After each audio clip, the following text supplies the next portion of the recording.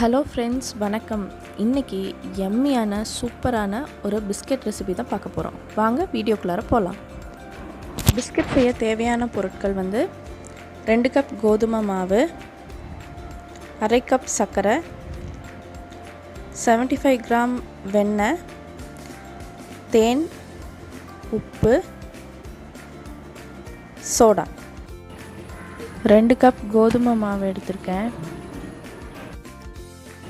இதை ஒரு பவுலில் ஆட் பண்ணிக்கலாம்.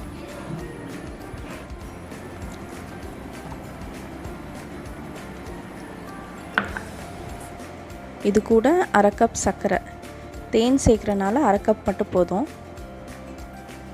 இந்த சர்க்கரையை ஒரு மிக்சியில் அரைச்சிக்கலாம்.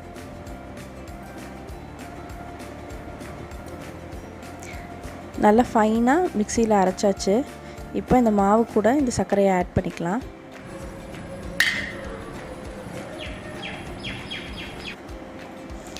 பொடி பண்ணின பாதாம், பிஸ்தா இது கூட ஆட் பண்ணிக்கலாம் ஃப்ளேவருக்காக. 2லேருந்து 3 ஸ்பூன் ஹனி ஆட் பண்ணிக்கணும்.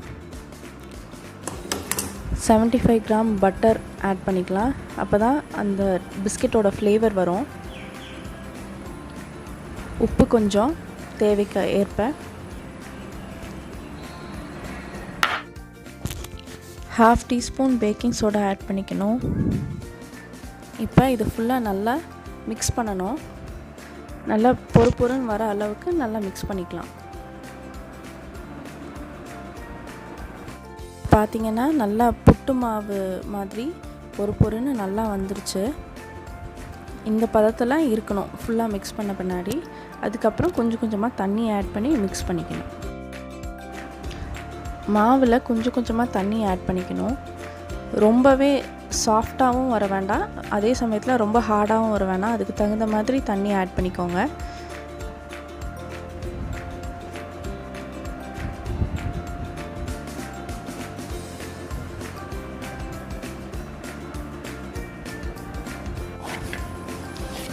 மாவு இந்த பதத்தில் இருக்கணும். ரொம்பவே ஹார்டாகவும் இல்லாமல் சாஃப்டாகவும் இல்லாமல். அப்போ தான் பிஸ்கெட் கிறிஸ்பியாக வரும். மாவை ஒரு 1/2 அன் ஹவர் க்ளோஸ் பண்ணி வச்சுக்கலாம். பிஸ்கெட் செய்கிறதுக்கு இந்த மாதிரி வெயிட்டான பாத்திரம் இல்லைன்னா குக்கர் யூஸ் பண்ணிக்கணும். இப்போ இந்த பாத்திரத்தில் சால்ட் ஆட் பண்ணிக்கணும். ஃபஸ்ட் அடியில்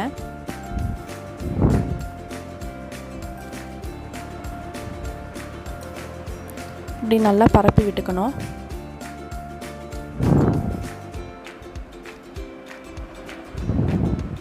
இப்போ ஒரு ஸ்டாண்டு வச்சுக்கலாம்.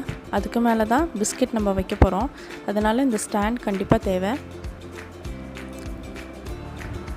இப்போ மாவை நல்லா உருட்டிக்கணும். உங்களுக்கு எந்த ஷேப்பில் வேணாலும் பிஸ்கெட் ரெடி பண்ணிக்கலாம். நான் இன்றைக்கி ஓவல் ஷேப்பும் ரவுண்ட் ஷேப்பும் பண்ண போகிறேன். அதனால் இந்த மாதிரி மொத்தமாக மாவை உருட்டி வச்சுட்டு கட் பண்ண போகிறேன்.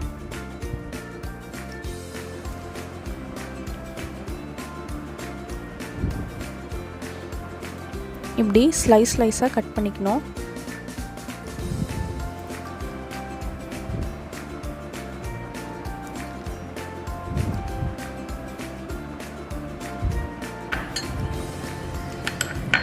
ஒரு பிளெயின் தட்டில் வெண்ணெய் பூசிக்கலாம்.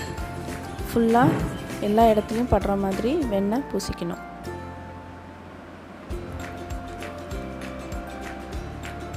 இப்போ இந்த மாவை ஸ்லைஸாக கட் பண்ணியிருக்க மாவை ஒவ்வொன்றா அடுக்கி வைக்கிறேன்.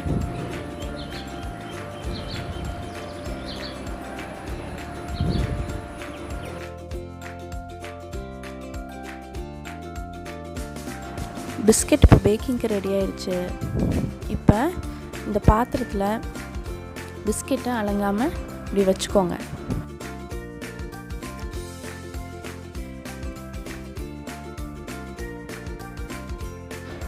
ஏர் போகாத மாதிரி பாத்திரத்தை நல்லா டைட்டாக மூடுற மாதிரி ஒரு மூடி வச்சுட்டு அதுக்கு மேலே ஒரு வெயிட் வச்சுக்கோங்க. எப்போவுமே பிஸ்கெட் மீடியம் ஃப்ளேமில் தான் குக் ஆகணும். ஏன்னா அதிகமாக ஃப்ளேம் வச்சுட்டா உள்ளே குக் ஆகாது, வெளியே மட்டும் ப்ரௌனாக தெரியும். பிஸ்கெட் ரொம்பவே நல்லா கிறிஸ்பியாக ஸ்மூத்தாக நல்லா வெந்திருக்கு. இப்போது ஓவல் ஷேப்லேயும் பண்ணியிருக்கேன், அதே சமயத்தில் ரவுண்ட் பிஸ்கெட்டும் பண்ணியிருக்கேன்.